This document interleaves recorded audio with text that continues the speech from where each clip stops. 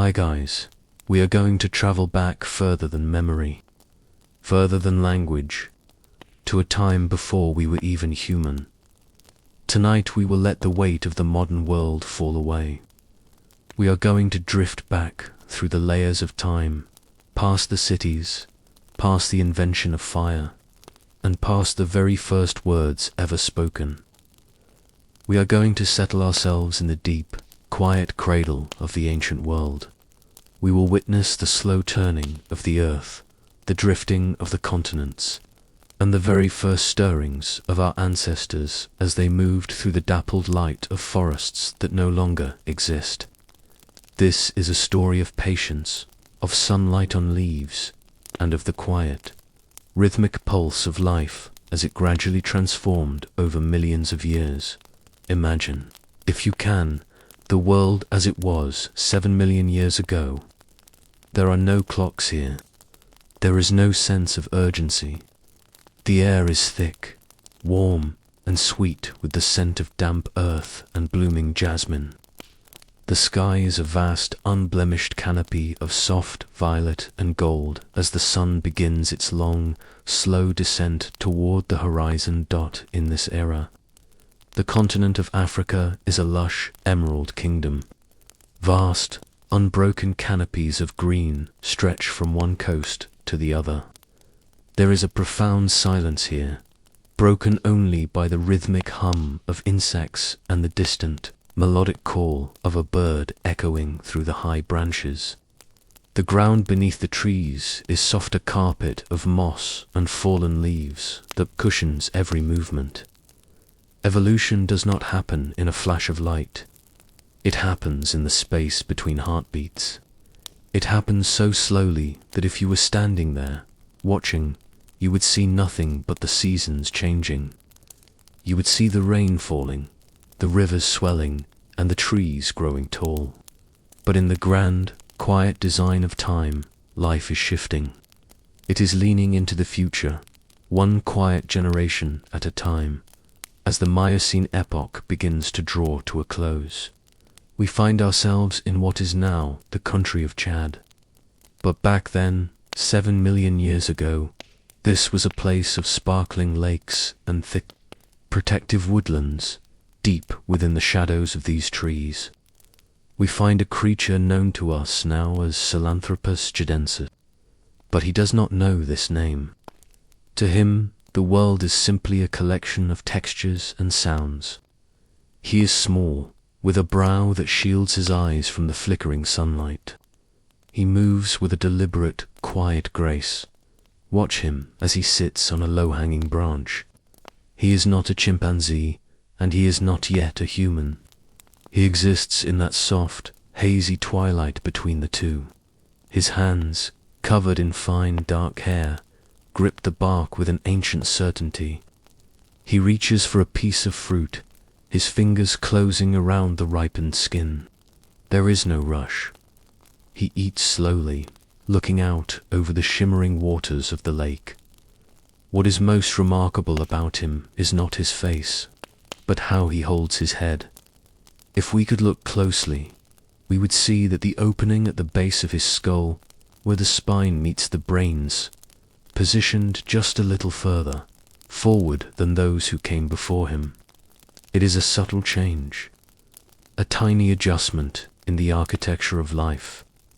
It suggests that, occasionally, he stands a little straighter. He looks just a bit further across the grass. He is the first whisper of a journey that will take millions of years to complete. As the millennia drift by like clouds across a summer sky, the earth begins to breathe differently. The great tectonic plates deep beneath the surface are moving with a heavy, tectonic patience.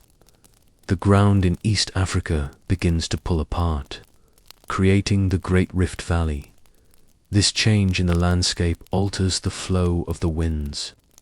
The mountains rise, catching the moisture from the clouds, and slowly, so slowly, the rains begin to diminish on the leeward side. The dense, humid jungles that once covered the continent begin to thin. Imagine the sensation of a forest fading. It takes hundreds of thousands of years, The trees do not disappear. They simply move further apart. The thick curtains of vines give way to patches of golden grass. The deep, cool shadows are replaced by wide, open spaces of warm sunlight. For the creatures living here, this is not a catastrophe. It is a long, slow invitation. Life must learn to cross the gaps between the trees. It must learn to navigate the sunlight. We move forward in time now, drifting through the mist of 4 million years ago. We find ourselves in the wooded grasslands of Ethiopia. The air here is drier, smelling of sun-baked hay, and distant wood smoke from natural bushfires triggered by the heat.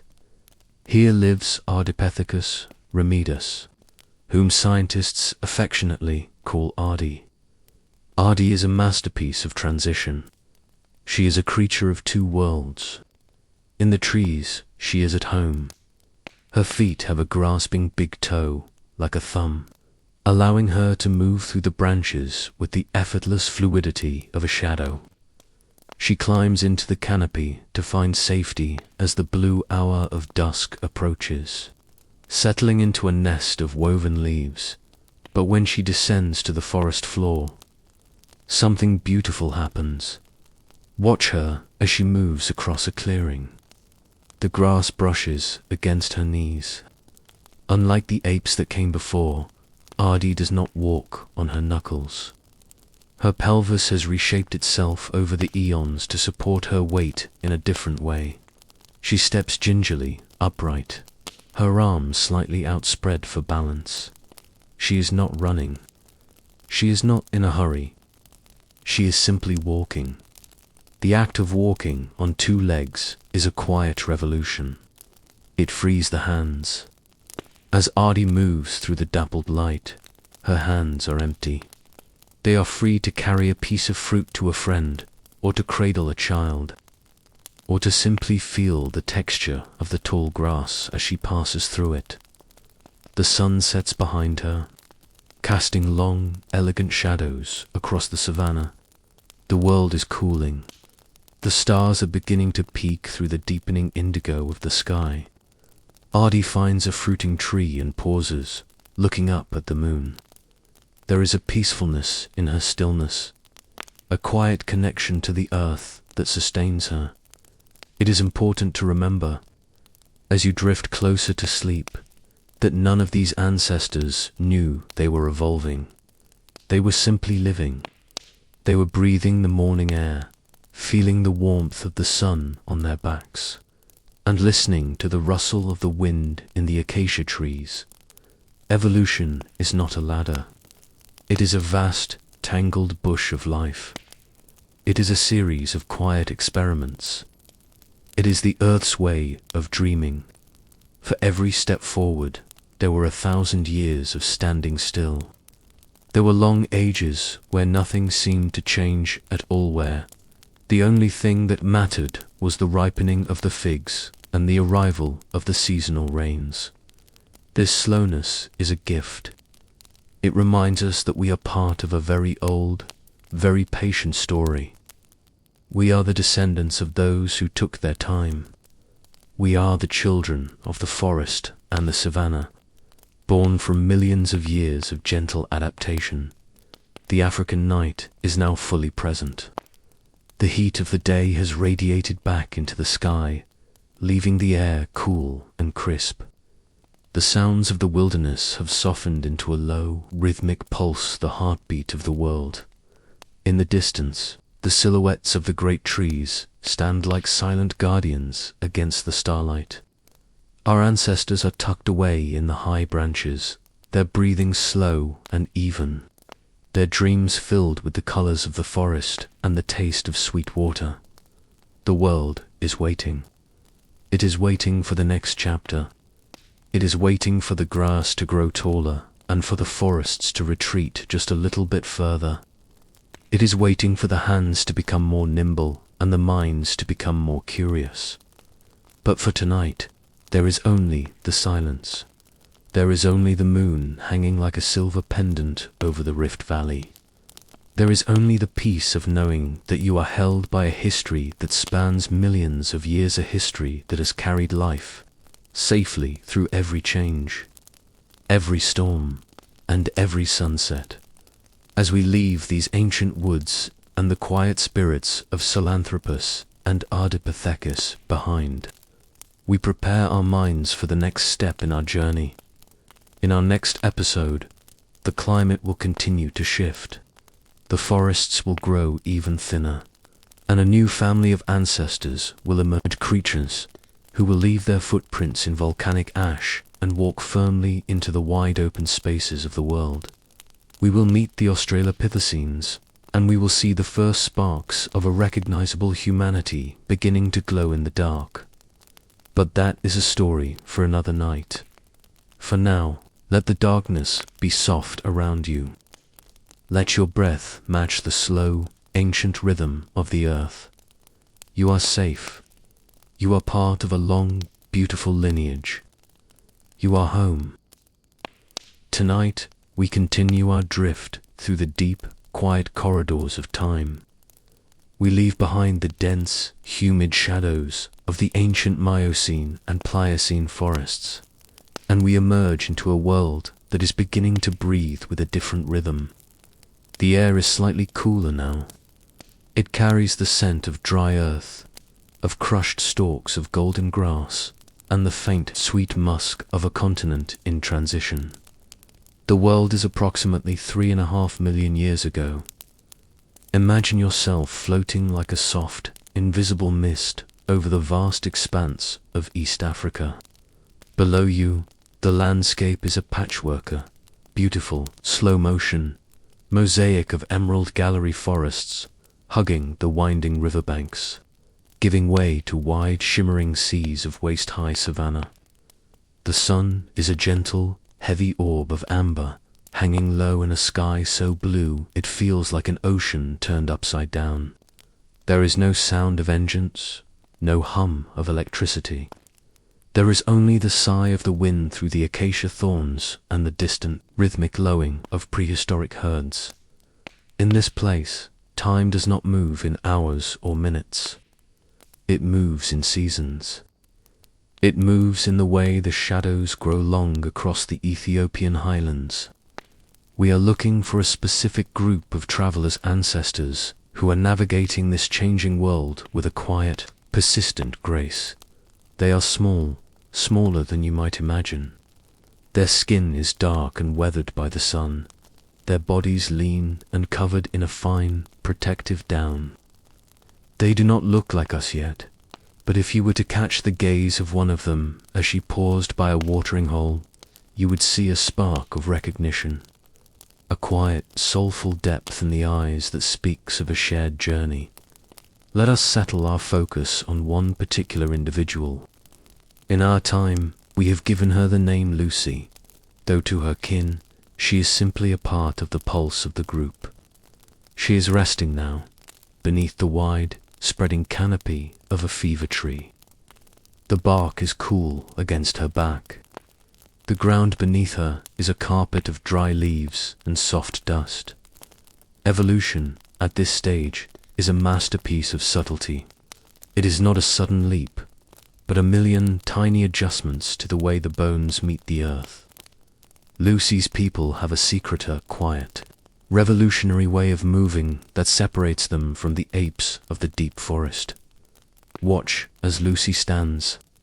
She does not use her knuckles for balance.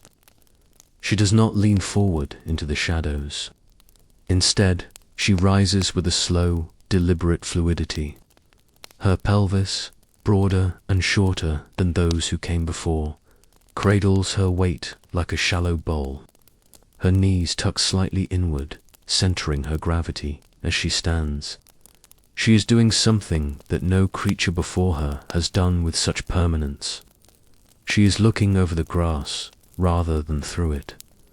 Imagine the sensation of that first vertical perspective.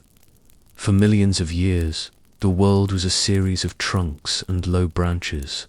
Now, the horizon has opened up. She can see the distant shimmer of a lake. She can see the flick of a predator's tail in the tall grass a mile away. She can see the clouds gathering over the mountains, promising the afternoon rain. There is a profound peace in this posture. Standing upright frees her hands. As she walks across the clearing, her arms swing gently at her sides, a rhythmic counterbalance to her stride. Her hands' fingers, slightly curved but capable of great delicacy, are empty. They are available to carry a scavenged tuber, to hold the hand of a smaller companion, or to simply feel the breeze as she moves. Every step she takes leaves a mark in the soft, damp earth. Somewhere, hundreds of miles away, in a place we now call Latoli, two of her kin are walking across a plain covered in fresh volcanic ash. The ash is damp from a light rain, like wet cement. As they walk, their heels strike the ground, their arches flex, and their big toes push off, leaving a trail of footprints that will freeze in time for 3 million years. If you listen closely to the rhythm of those footsteps in the ash, pause, thump. Pause, you are hearing the heartbeat of human history beginning to walk. The sun is beginning to dip lower now, painting the savanna in hues of terracotta and violet. The Australopithecus group begins to gather. They are social creatures, bound together by a silent, intuitive language of touch, gesture, and soft vocalizations. There is no fire yet. The night is a place of deep shadow and ancient fears. But there is comfort in the proximity of others. They sit together in the fading light, grooming one another with slow, methodical movements. The sensation of fingers moving through fur, finding the small irritants of the day, is a form of meditation. It lowers the heart rate. It builds a bridge of trust between individuals. In these small groups, we see the very first blueprints of human kindness. A mother cradles her infant, the child's small hands gripping her hair. An elder watches the perimeter, his eyes scanning the golden light for the silhouette of a saber-toothed cat or a giant hyena.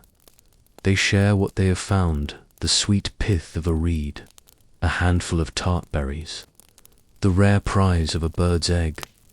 There is no greed here, only the slow, collective effort to survive another turn of the earth.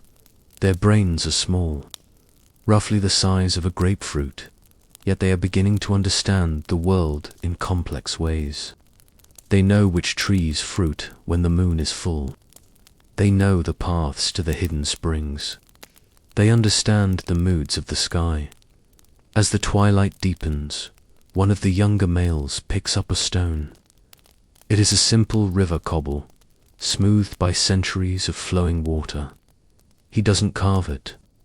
He doesn't sharpen it.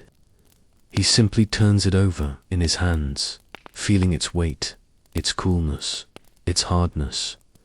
He strikes it against a larger rock, a sharp clack echoing through the stillness. A small flake of stone chips off. He doesn't know it yet, but this curiosity, this quiet interaction between the mind, the hand, and the material world is the seed of everything to come.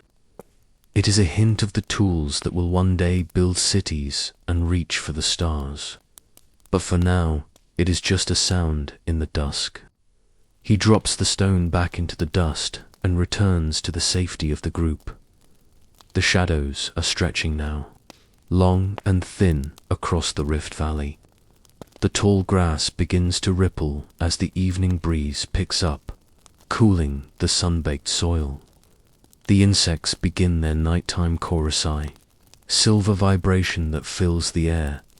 As the last sliver of the sun vanishes, the Australopithecus move toward the trees.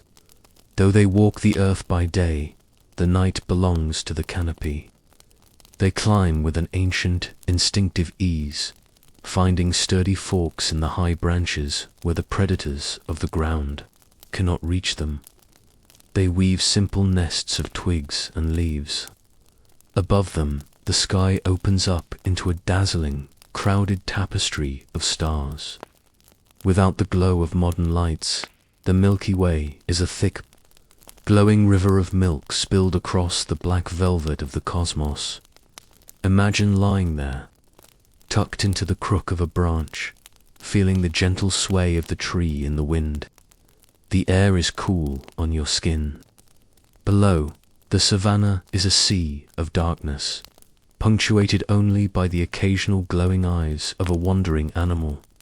The Australopithecus sleep a light, rhythmic sleep. They are dreaming. Perhaps they dream of the feeling of the sun on their shoulders. Perhaps they dream of the taste of honey. Their lives are short, and the world is harsh, but there is a profound rightness to their existence.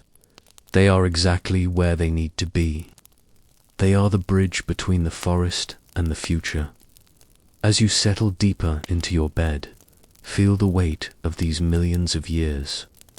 It is a comforting weight. It tells you that you are part of a process that is patient beyond measure for 2 million years. The Australopithecus flourished. Generation after generation, they walked the same paths, ate the same fruits, and watched the same stars. They did not rush to become human. They simply were. They were enough. The slowness of evolution is a lullaby. It reminds us that change does not have to be loud or violent. It can be as quiet as a bone changing its shape over 1,000 lifetimes. It can be as gentle as a footstep in the sand. The earth continues its slow, silent rotation. The Great Rift Valley deepens by a fraction of a millimeter. The mountains crumble into dust, and the dust becomes the soil that feeds the grass. Everything is in a state of becoming. The night grows deeper, and the silence of the ancient world wraps around you like a warm, heavy blanket. The breathing of the Australopithecus group is synchronized with the rustle of the leaves. There is no anxiety for tomorrow, only the quiet, biological certainty of the present moment. But time never truly stands still. In the long shadows of the coming millennia, the world will change again. The climate will grow harsher, more unpredictable. The grasslands will expand even further, and the challenge of survival will spark a new kind of fire in the minds of our ancestors. The small, grapefruit-sized brains will begin to grow. The hands will become even more precise. The quiet clack of stone against stone will become a deliberate rhythm. A new branch is about to grow on the tree of life, a branch that leads to a creature with a larger brow, a taller frame, and a restless, wandering spirit. Soon, we will see the emergence of the first true members of our own genus. We will see the coming of the handyman, the one who masters the stone and begins the long walk out of the cradle. But that is for the next sunrise. For now, stay here in the soft dark of the Pliocene. Feel the safety of the high branches. Listen to the wind moving over the vast, untouched plains of Africa. The world is old, and you are a part of its long, peaceful memory. The stars are watching over the savanna. The earth is turning. Everything is as it should be. The world is slowing down even further now. As you settle deeper into the softness of your bed, imagine the modern world dissolving away. The hum of the distant traffic, the glow of the screen, the weight of your to-do lists, all of it is drifting off like a thin mist rising from a river at dawn. We are traveling back 2.5 million years. We are returning to the cradle, to a time of vast, golden silences and the long, patient shadows of the African Great Rift Valley. We have left the era of Australopithecus behind. The climate of the earth has continued its slow, rhythmic cooling. The great forests have retreated even further, leaving behind a world of wider possibilities. The grass is taller now, a sea of amber and straw that ripples in the endless wind. And here, In the shimmering heat of the midday sun, a new kind of being is emerging. Tonight, we sit quietly beside Homo habilis, the handy man. Imagine the air. It is dry and crisp, smelling of sun-baked minerals and the faint, sweet scent of drying acacia pods. The sky is a pale, translucent turquoise, stretching infinitely over a landscape that feels ancient even then, in a dry riverbed, where the water only flows during the great seasonal rains. A small group of beings is moving. They are taller than Lucy's people, their gait more confident, their strides longer. But what sets them apart is not just their height. It is the way they look at the world. Watch one of them, a young male with deep, thoughtful eyes. He is sitting on a smooth, flat boulder. He is not just resting. He is observing. In his hands, he holds a piece of volcanic basalt, heavy and dark. His fingers, stronger and more precise than any who came before him, trace the contours of the stone. He is looking for something hidden inside the rock. He is looking for an edge. This is the beginning of a new kind of consciousness. For millions of years, our ancestors used what they found: our stick, a heavy bone, a jagged rock. But Homo habilis is the first to see the future within the present.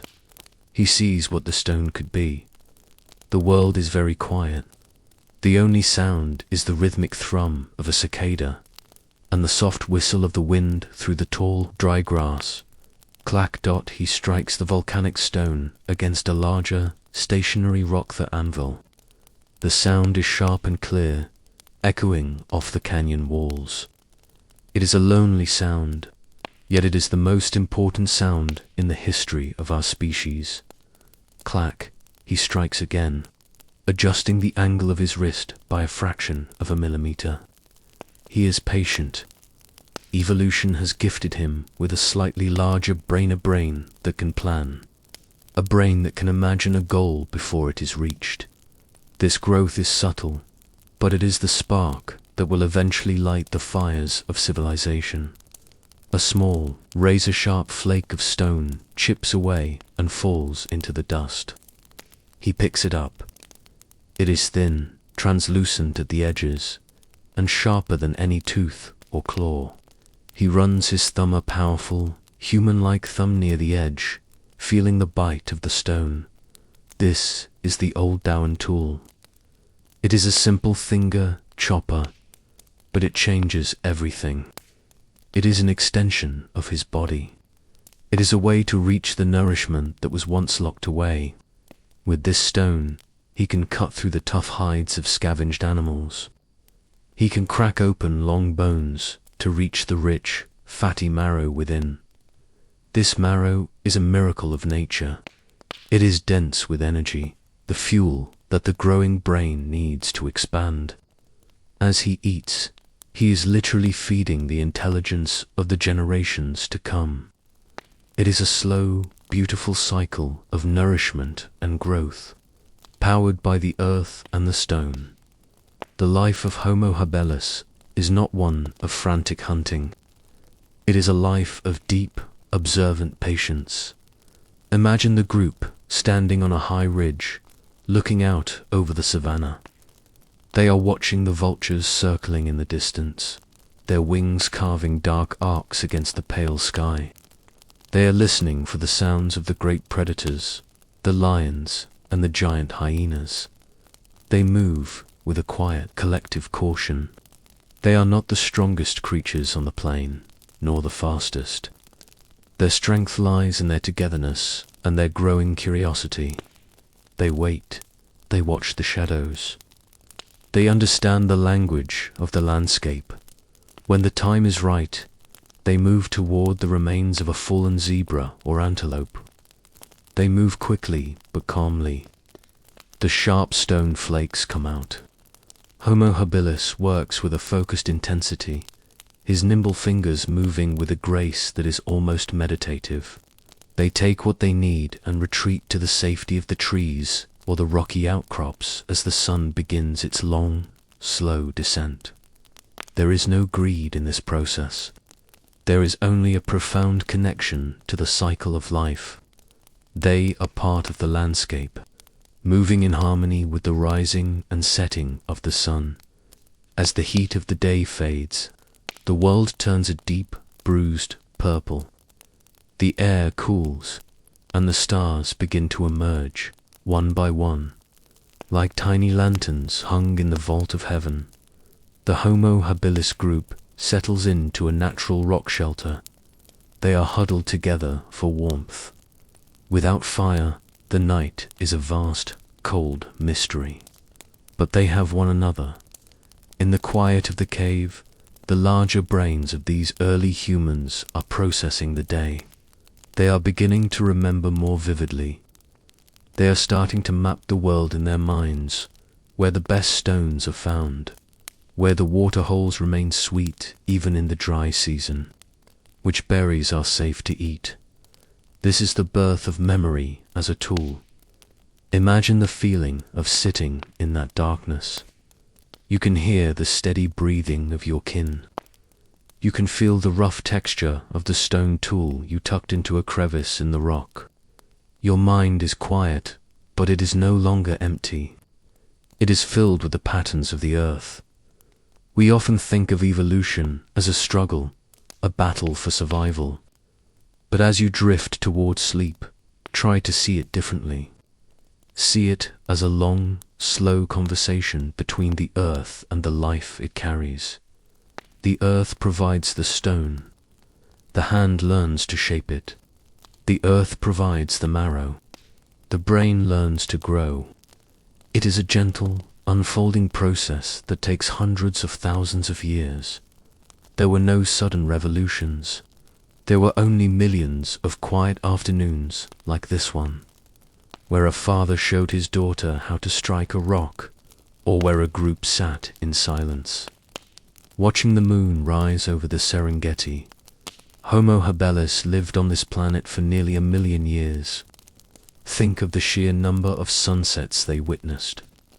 Think of the billions of heartbeats that occurred in that time, each one a tiny, steady bridge to us. They were the first to truly wonder. They were the first to look at a branch and see a tool, to look at a stone and see an edge, to look at the horizon and wonder what lay beyond the next ridge. The wind is picking up now, a soft, cooling breeze that rustles the dried grasses of the Olduvai Gorge. It carries the dust of the ages, the same dust that once brushed against the skin of Homo habilis. Everything is interconnected. The atoms that made up those first stone tools are still here. The lineage that began with those first hesitant strikes against the volcanic rock is the same lineage that flows through your own veins as you lie here. Your body is a testament to their survival. Your hands, so capable and delicate, are the evolved versions of those first handy hands. Your brain, now slowing down for sleep, is the descendant of those first curious minds that wondered about the stars. The night is deep now. The African savanna is silent, bathed in the pale, silver light of a crescent moon. The great herds have bedded down. The predators have retreated to the shadows. The only movement is the slow, majestic rotation of the Milky Way overhead. We are standing at the edge of a great change. While Homo habilis found comfort in their familiar canyons and riverbeds, the seeds of a great restlessness are beginning to grow. The world is getting drier, and the distances between the trees are getting longer. A new spirit is beginning to stir in the heart of Africa soon. The small, sturdy frames of Homo habilis will give way to a taller, more athletic ancestor. The brows will become more prominent, the legs longer, and the eyes will begin to look not just at the next ridge, but at the very ends of the earth. In the next chapter of our story, we will meet Homo erectus, the upright man, We will witness the birth of the first true world traveler. We will see the first taming of the wild flame and the first long walk that would take up kind out of Africa and across the vastness of Asia and Europe. But that journey is still hundreds of thousands of years away. For tonight, stay here with the handy man in the quiet of the riverbed. Feel the weight of the stone in your hand. Feel the coolness of the night air. Listen to the steady, rhythmic pulse of the ancient world. The earth is cradling you just as it cradled them. You are part of the long, slow, beautiful history of life. There is no rush. There is only the breath, the shadow, and the starlight. The modern world has grown very distant now. The sounds of technology, the glow of the city, and the weight of your daily thoughts have all dissolved into a soft, hazy memory. We are drifting deeper into the quiet heart of our own history, moving beyond the riverbeds of the first toolmakers and into a vast, sprawling era of discovery. We are entering the time of Homo erectus, the upright man, the master of fire and the great traveler. The world is approximately 1.8 million years ago. Imagine the African landscape as it stretches out toward a horizon that seems to have no end. The air is thinner and drier than it was in the days of Lucy. The great forests have continued their slow retreat, leaving behind a kingdom of gold, endless, shimmering savanna in this era. Time is measured not by the ticking of a clock, but by the long, rhythmic strides of a new kind of human. Imagine yourself standing on a high, rocky plateau in East Africa. The sun is rising, a pale lemon-yellow orb that casts long, thin shadows across the plains. Below you, a small group is moving. They do not look like the creatures we met before. They are tall, some of them, reaching heights that would not look out of place in a modern crowd. Their bodies are built for the long walk. Their legs are long and powerful, their hips narrow, their stride efficient and steady. They are the first of our ancestors to lose their thick coat of hair, allowing the cooling breeze to move across their skin as they walk through the midday heat. Watch them as they move. There is a quiet confidence in their pace. They are not hiding in the shadows of the trees anymore. They are the masters of the open spaces. They have a destination, though it may be hundreds of miles away. They follow the herds. They follow the rivers. They follow the pull of the horizon. Evolution has given them a brain that is significantly larger than Homo habilis. This is a mind that can map entire continents.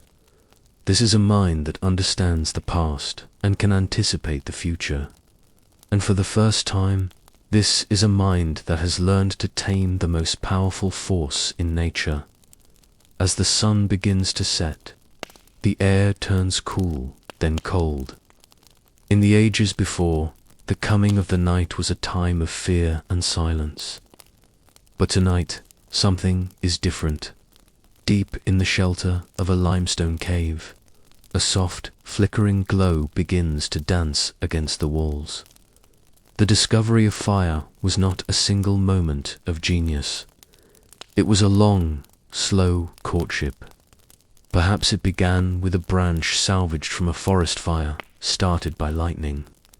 Perhaps it was the careful nurturing of a glowing ember found in the wake of a volcanic flow. Watch as an elder of the group tends to the hearth. This is a sacred, quiet task. He adds a handful of dry grass, then a few small twigs. He blows gently a soft, rhythmic breath that coaxes the orange glow into a dancing flame. Whoosh. The fire takes hold. The scent fills the cave, the sharp resinous smell of burning wood, the earthy aroma of smoke. This flame is the first great hearth of humanity. It provides warmth against the biting chill of the Pleistocene nights. It provides a circle of safety that no predator, not even the giant saber-toothed cat, dares to cross. But most importantly, it provides a center. For the first time, our ancestors have a home that they can carry with them. Wherever they can strike a spark or carry a coal, they have a place of safety. The firelight does more than warm the skin. It transforms the world. In the glow of the embers, the group gathers. They place roots and tubers into the hot ashes. They roast the meat they have scavenged or hunted during the day. The heat breaks down the tough fibers, making the food tender and easy to digest. This is a quiet alchemy. By cooking their food, Homo erectus releases a flood of energy that was previously locked away. This energy feeds the brain, allowing it to grow even larger, even more complex. But there is a social alchemy happening here as well. In the dark hours of the night, when the world outside is cold and dangerous, the group is drawn together by the light. They sit in the golden circle. They look into one another's eyes. They begin to share more than just food. They share the first whispers of culture.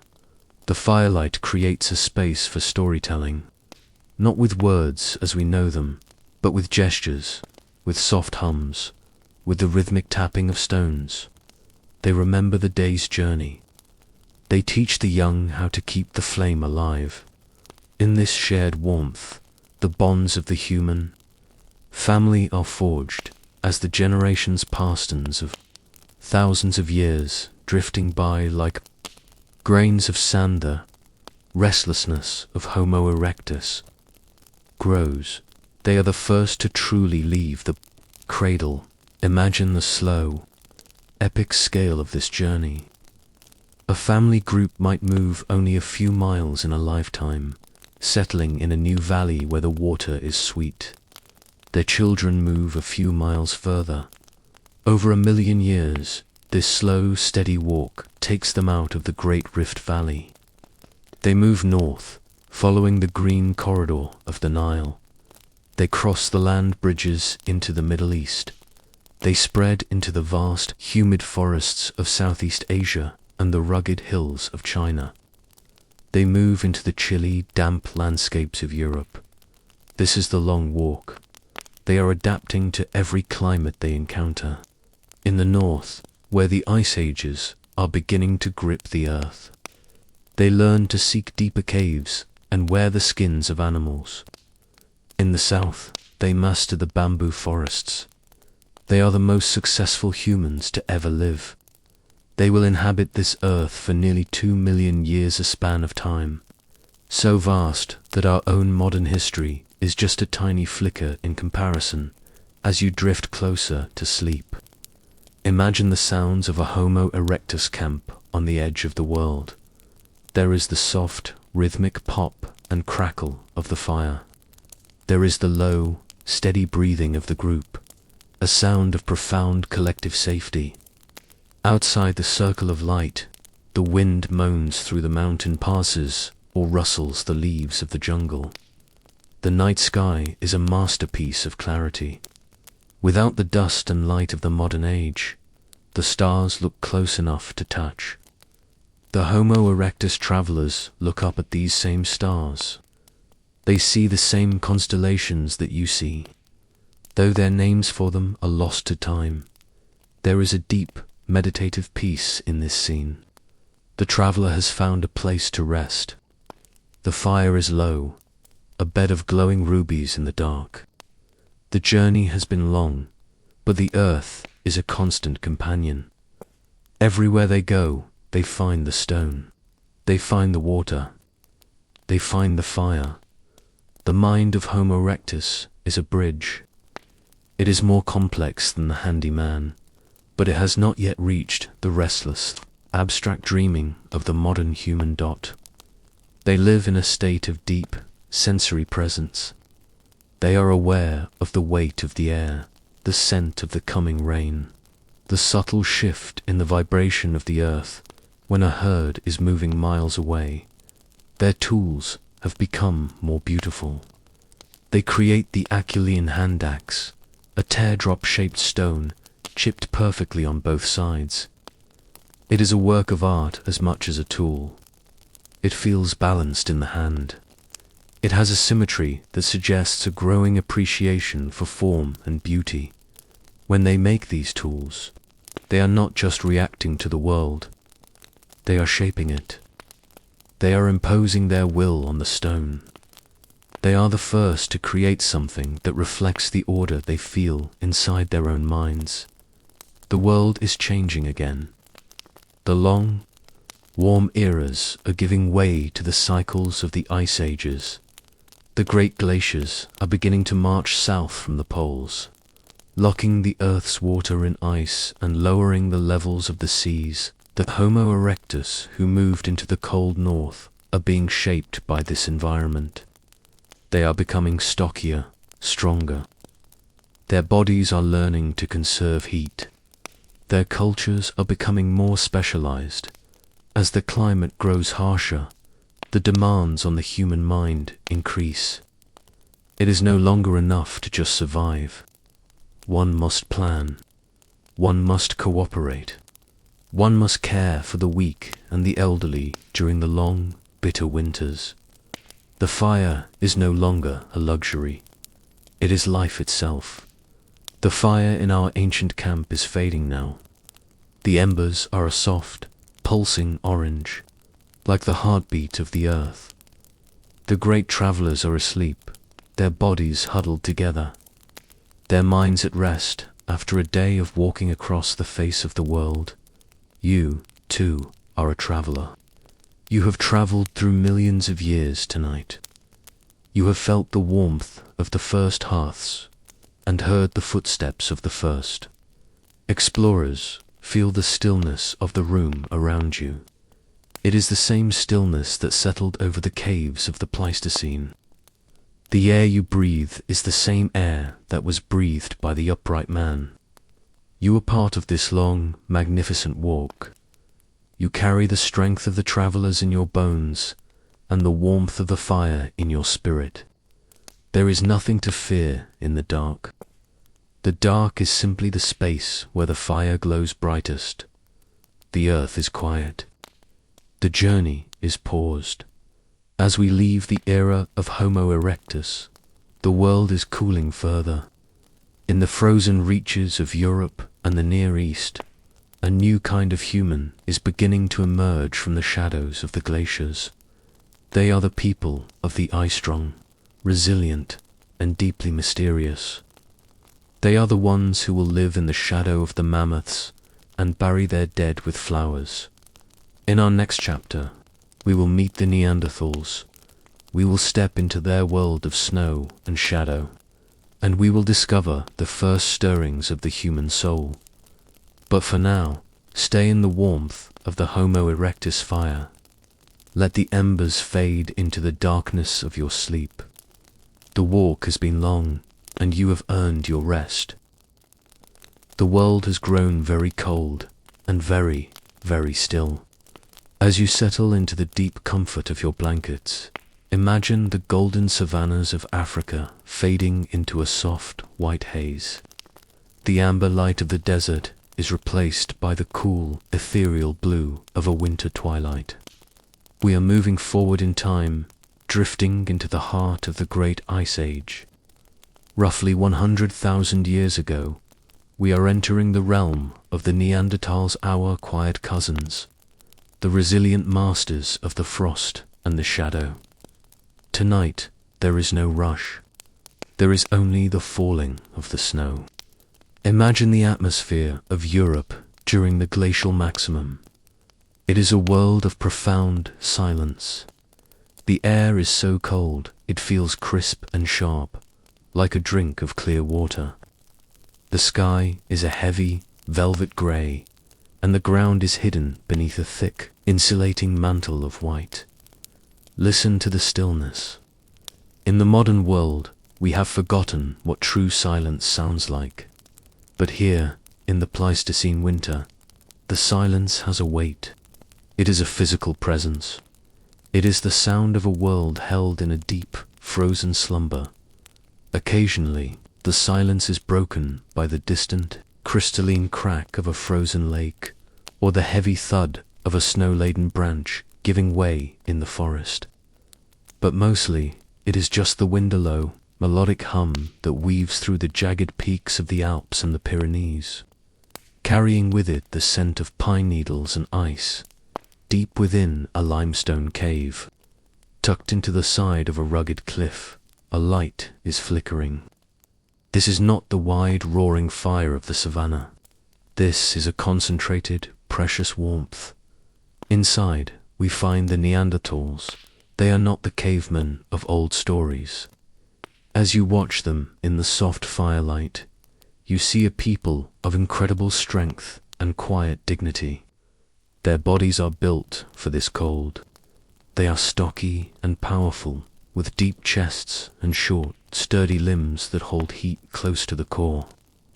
Their faces are broad, their brows strong, protecting eyes that have seen the aurora borealis dancing over the ice sheets. In the winter, life slows to a crawl. The Neanderthals move with a deliberate, energy-saving grace.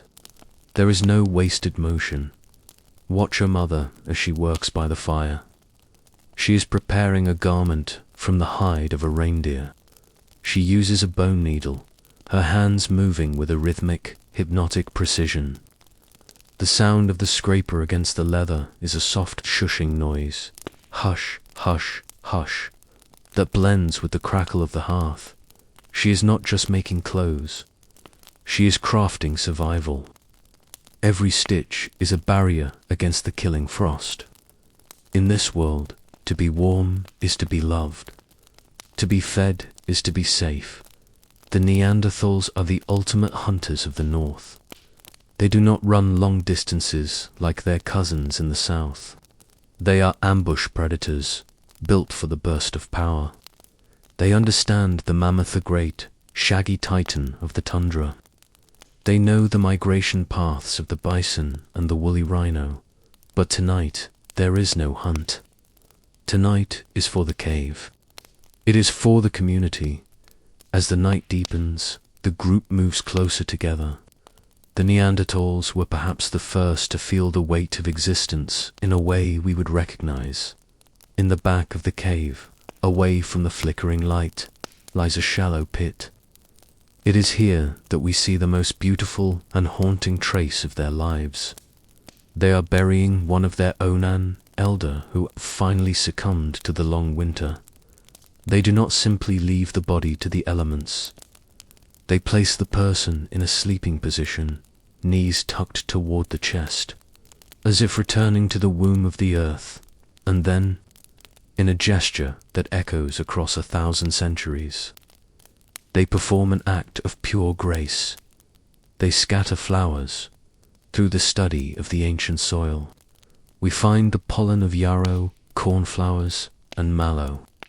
Imagine the scene, a grieving family, surrounded by ice and wind, seeking out the rare, stubborn blooms of the mountain summer to lay beside their loved one. This is the birth of the spirit. It is the first time a creature on earth looked at death and said, "This is not the end of the story." They felt a connection that transcended the physical. They felt a love that outlasted the breath. As you lie in the dark, feel the warmth of that ancient love. It is a thread that connects you to them. The Neanderthals were not lesser humans. They were a different way of being human. They were the people of the quiet, the people of the winter, the people who found beauty in the middle of a wasteland. Beyond the mouth of the cave, the tundra stretches out under a moon that looks like a shard of ice far in the distance. A herd of woolly mammoths moves through the snow. They are like giant, slow-moving hills. Their tusks, long and spiraled, glint in the moonlight. Each footfall is a muffled thump that vibrates through the frozen ground.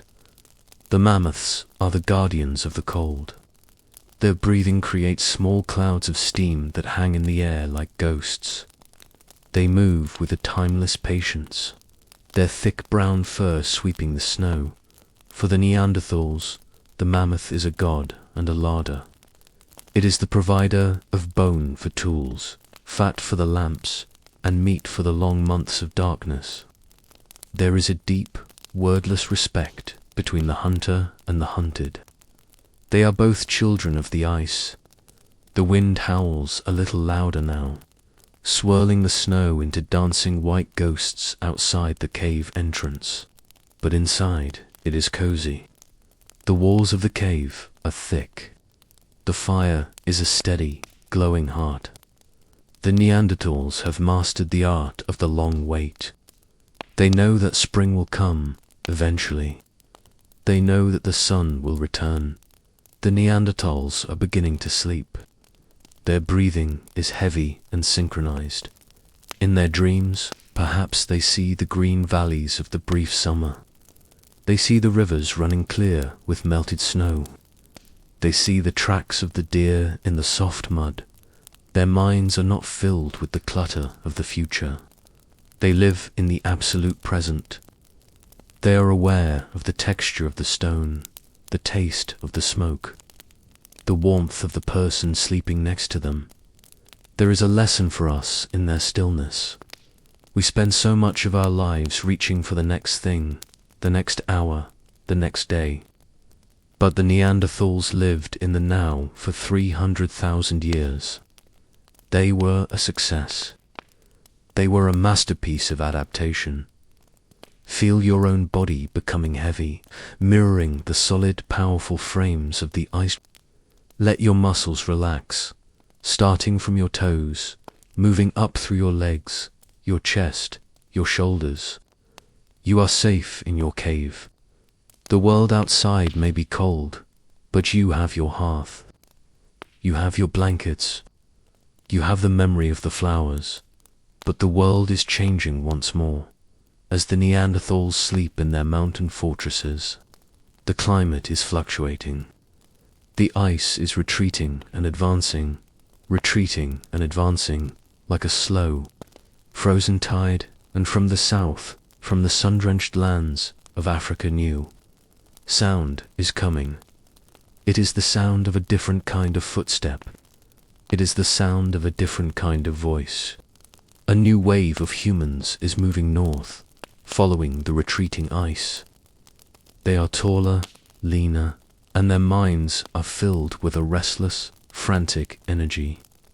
They bring with them new tools, new ways of speaking, and a strange, new habit of painting on the walls. For a long time, the two groups will live side by side. They will meet in the valleys. They will look at one another across the flickering embers of a shared world. They will even share their lives, their stories, and their DNA. The Neanderthals are not going to disappear in a flash. They are going to fade, like the last embers of a fire into the morning light. They will be absorbed into the greater story of humanity. A piece of them, a small, resilient percentage, lives on in you. Their strength, their ability to survive the cold, their quiet spirituality, it is all still there, tucked away in the spiral of your genes. The fire in the cave is now just a bed of soft, grey ash with a core of cherry-red heat. The snow has stopped falling, and the clouds have parted to reveal a sky so crowded with stars it looks like a field of diamonds. The silence of the tundra is absolute. As you drift into the final stages of sleep, let the image of the Neanderthal burial stay with you. Think of the flowers in the dark. It is a reminder that even in the harshest winter, the human heart finds a way to be soft. Even in the deepest silence, we find a way to speak of love. You are a descendant of the travelers, the toolmakers, and the ice. You are the result of millions of years of survival, of millions of nights spent watching the stars and tending the flame. The journey is almost complete. Soon, the ice will melt for the last time. The mammoths will fade into the mists of legend. The forests will return to the north, and a new kind of human our kind. Homo sapiens will begin to build the world we know. We will see the first art, the first music, and the first cities. We will see the beginning of the world that never sleeps. But that is a story for the morning. For now, stay here in the quiet winter. Stay with the people of the flowers.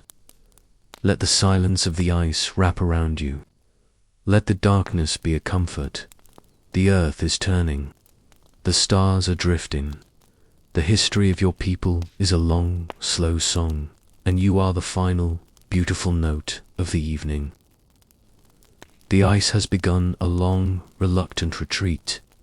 The heavy, grey silence of the Neanderthal winter is slowly being pierced by a new kind of light, a sharper, more vibrant energy. We are moving now into the final chapter of our long journey through the deep time of our ancestors. We are arriving at the threshold of the modern soul. We are entering the world of the first Homo sapiens. Imagine yourself back in Africa, but the Africa of 300,000 years ago. The landscape is a lush, breathing tapestry of life. The air is warm, humming with the vibration of 1,000 different wings. But there is something new in the atmosphere, a restless, shimmering curiosity that seems to hang in the air like the scent of rain before a storm. Tonight, we sit beside the first beings who truly looked at the moon and wondered why it changed its shape. We sit with the first humans who didn't just use the world, but began to dream it into something new. As you lie there, feeling the weight of your body sink into the mattress, imagine the first Homo sapiens standing on a high ridge overlooking the Omo Valley. Physically, they are almost indistinguishable from you. Their brows are smooth. Their chins are defined. Their eyes carry a spark of recognition that spans the millennia. But the real change, the most beautiful changes happening inside. For the first time in the history of the earth, a creature is beginning to think in symbols. To the Australopithecus, a red stone was just a stone. To Homo sapiens, a red stone is the color of life. It is the color of the sunrise. It is the color of the blood that beats in the heart. Watch a woman as she sits by a stream. She picks up a piece of ochre, soft, earthy mineral. She rubs it against a flat rock, creating a vibrant, crimson powder. She mixes it with a little water, a little fat, and she dips her finger into the pigment. She is not making a tool. She is not preparing food. She is simply making a mark. She draws a line on her own skin. Then another. She is transforming herself. She is saying, I am here. I am this. I am more than just a body in the grass. This is the beginning of the why. This is the first time the interior world of a human being has spilled out into the physical world as the evening settles over the savanna.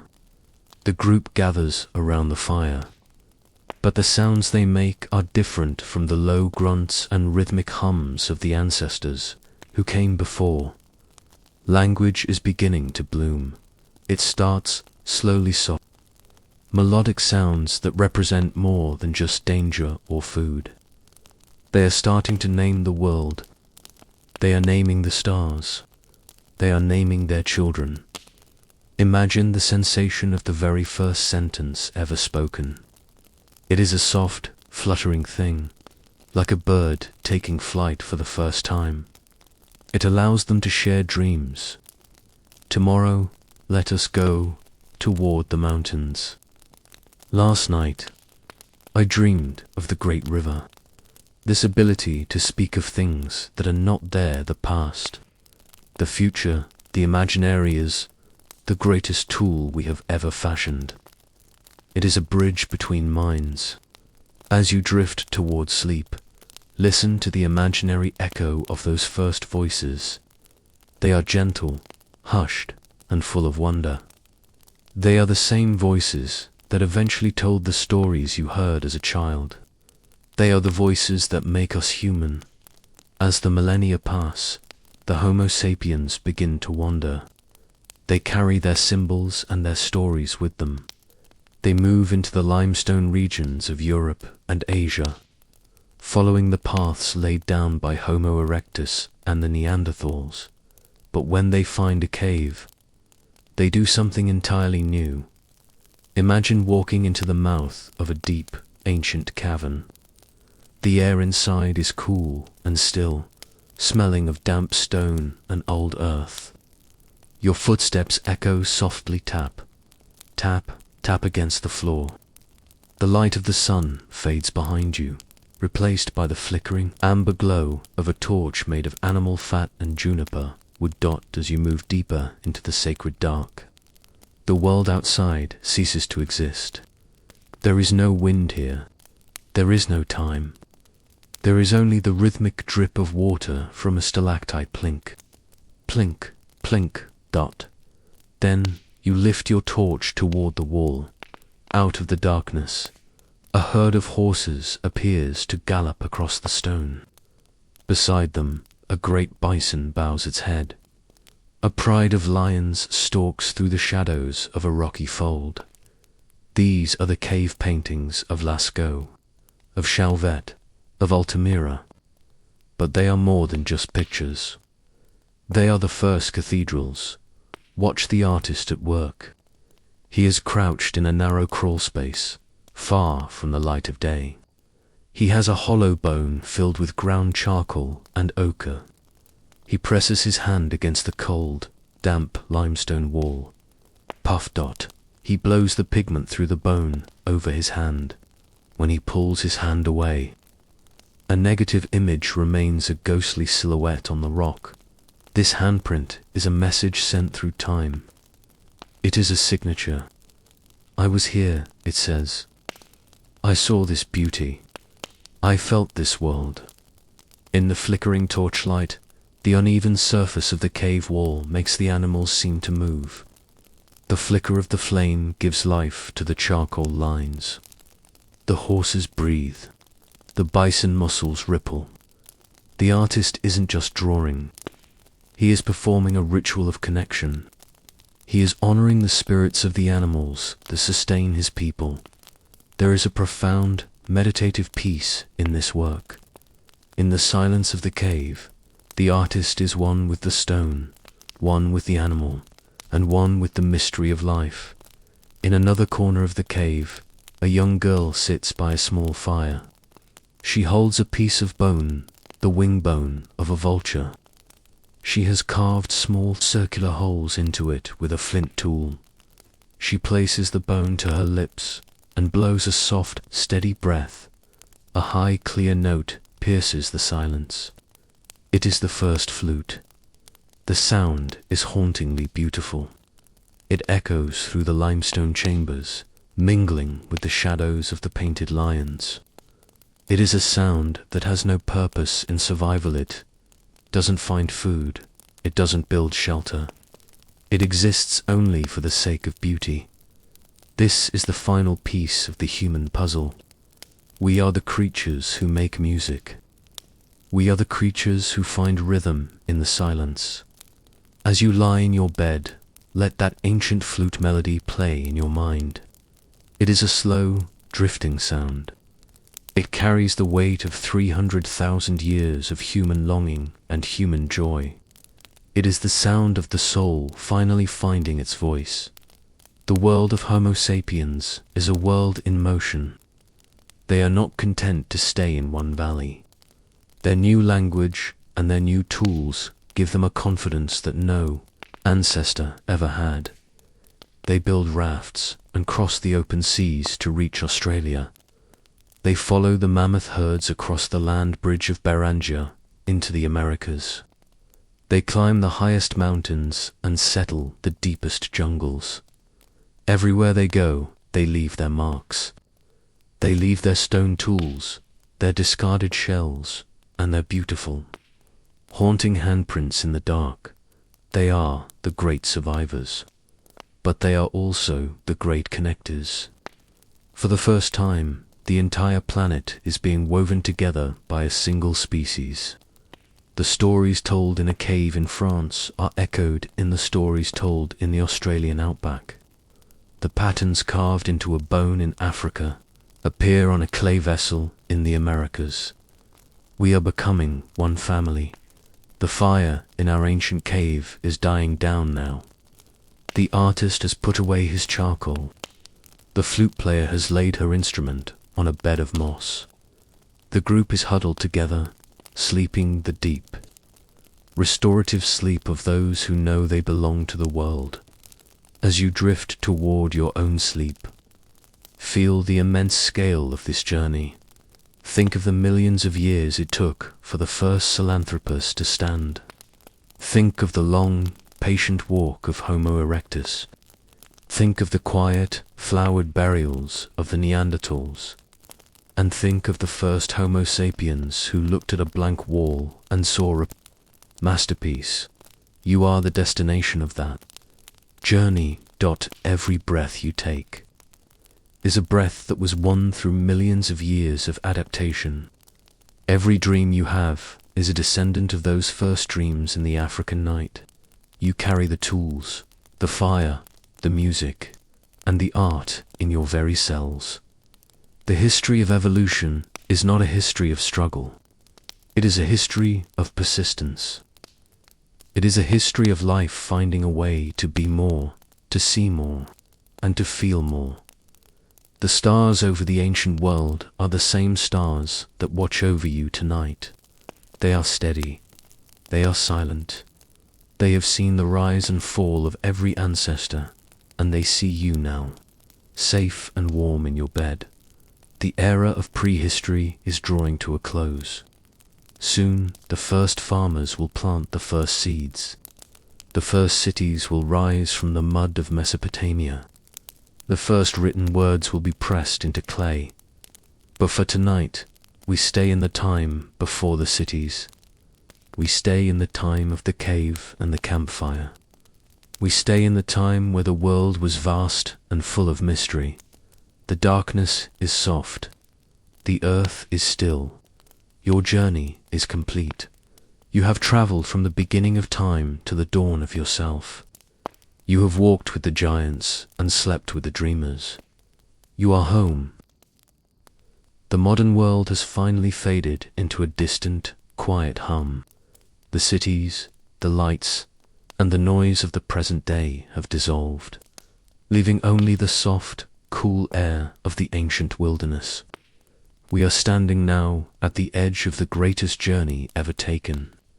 We are traveling back 70,000 years, to a time when the world was a vast, uncharted wilderness, and the human spirit was gripped by a quiet, persistent restlessness. Tonight, we follow the Great Migration.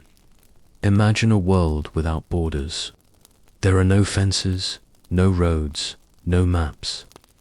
There is only the earth, the sky, and the long rhythmic pulse of footsteps.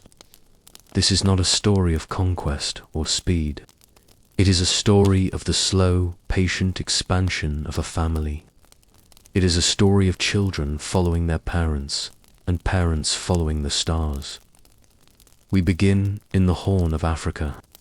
The air is warm, carrying the scent of salt from the Red Sea and the dry, sweet aroma of the savanna. For nearly 200,000 years, this has been home. Every valley, every watering hole, and every cave is etched into the collective memory of the group. But the earth is changing. The climate is shifting in long, slow cycles. A prolonged drought has thinned the forests, and the herds of antelope and gazelle are beginning to move. Watch the group as they stand on the edge of the coast. They are Homo sapiens, just like us. They have names, they have stories, and they have the same capacity for wonder that you do. They look across the narrow strait of water known today as the Gate of Grief.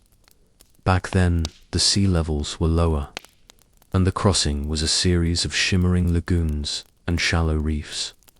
They do not leave because they are unhappy. They leave because they are curious. They leave because they follow the life that sustains them. They carry only what is essential: their stone tools, their water skins made of ostrich eggs, and the fire they keep alive in a portable hearth of slow-burning fungus and charcoal. As they step into the water, the ripples move slowly away from their ankles. The sound is a soft, rhythmic splosh, splosh.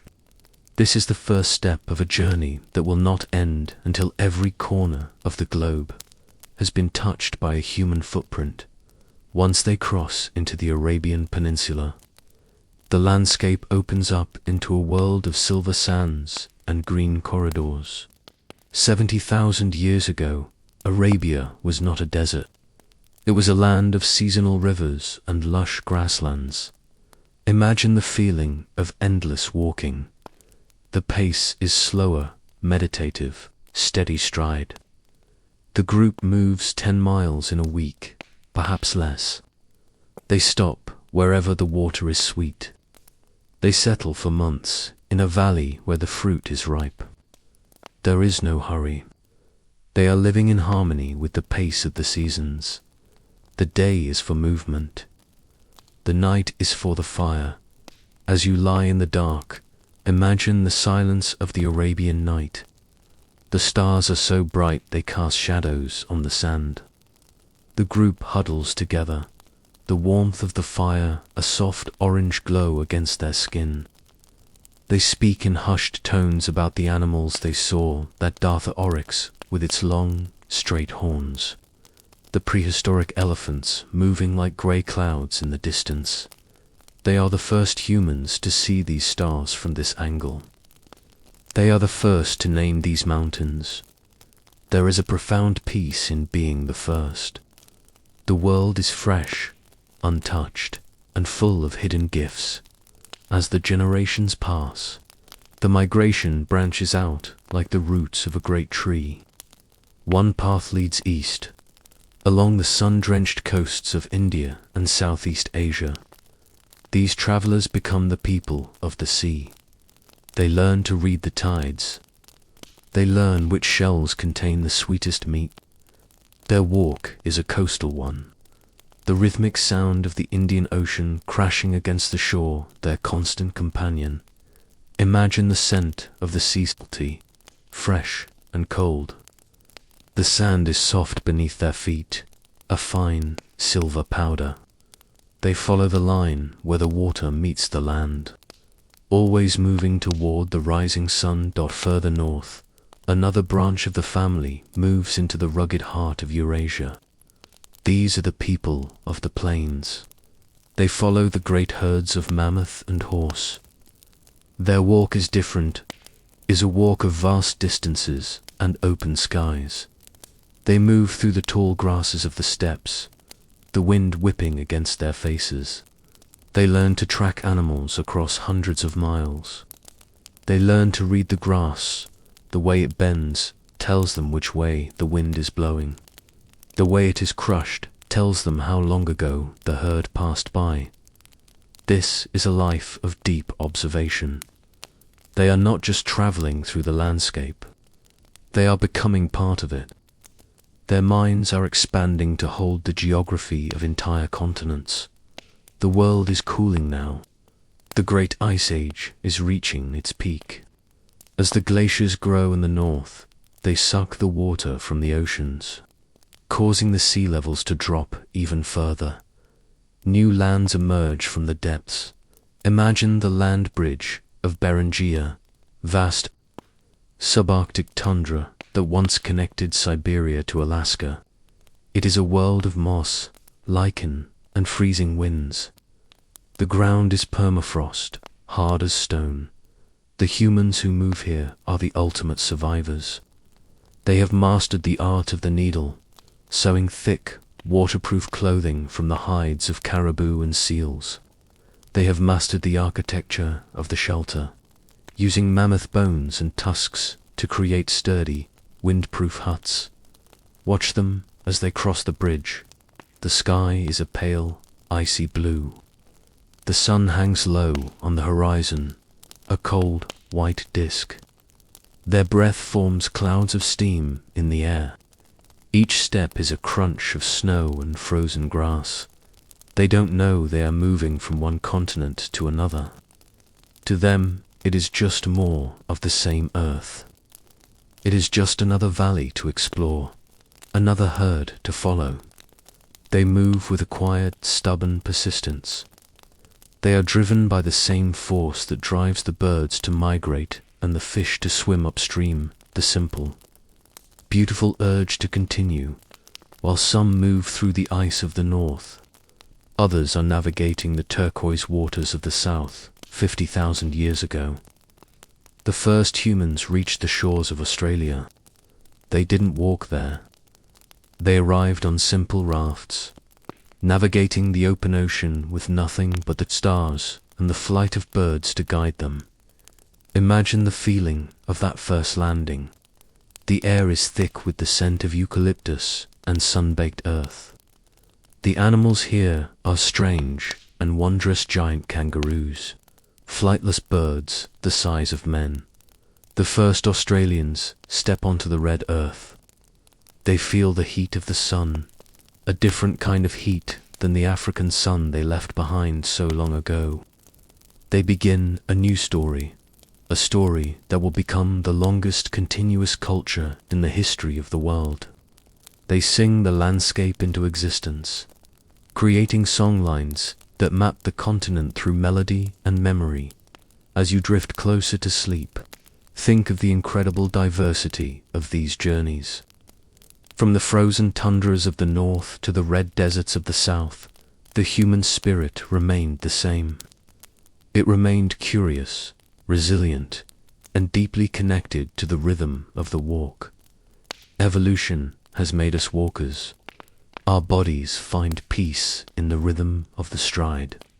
Left, right, left, right. It is a heartbeat for the whole body. During the Great Migration, this walk was a form of meditation. There was no destination in the modern sense. There was no arriving. There was only the process of being. They walked through the transition of the seasons. They saw the leaves turn gold in the north and the rains bring the green back to the south. They watched the moon wax and wane 10,000 times. In this slow movement, the mind stays quiet.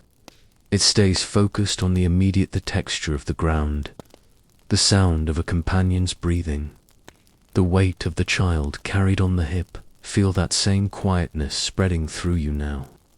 You don't need to go anywhere. You don't need to achieve anything. You are simply here, at the end of a very long line of walkers. Your body knows how to rest because it knows how far it has come. By 15,000 years ago, the migration was largely complete. Humans were everywhere from the tip of South America to the islands of Japan. Everywhere they went, they built a fire. Imagine all the fires of the world burning at once. Thousands of tiny orange sparks flickering in the dark of a dozen different climates. Around every fire, a group of humans is sitting, just like you are lying now. They are tired from the day's walk. They are warm. They are safe. They are telling the same stories. They are wondering about the same stars. The Great Migration was the first time we realized that the world is one place. It was the first time we realized that no matter how far we walk, we are still under the same sky. The restlessness that drove them out of Africa is the same. Restlessness that drives us to explore the stars today. It is a beautiful, holy hunger for the horizon. The walk is over for tonight. The travelers have found their camp. The fires are being banked with ash to keep the coals glowing until morning. The night is vast and silent. Wrapped in the cool embrace of the late Pleistocene, you have followed them across the deserts, over the ice bridges, and through the secret valleys of the earth. You have seen the world through there is our world that was wide, mysterious, and full of promise.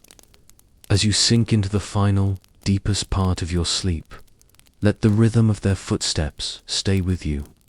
Left, right, a slow, steady pulse that carries you into the dream time. The earth is huge, but you are not lost. You are exactly where you are supposed to be.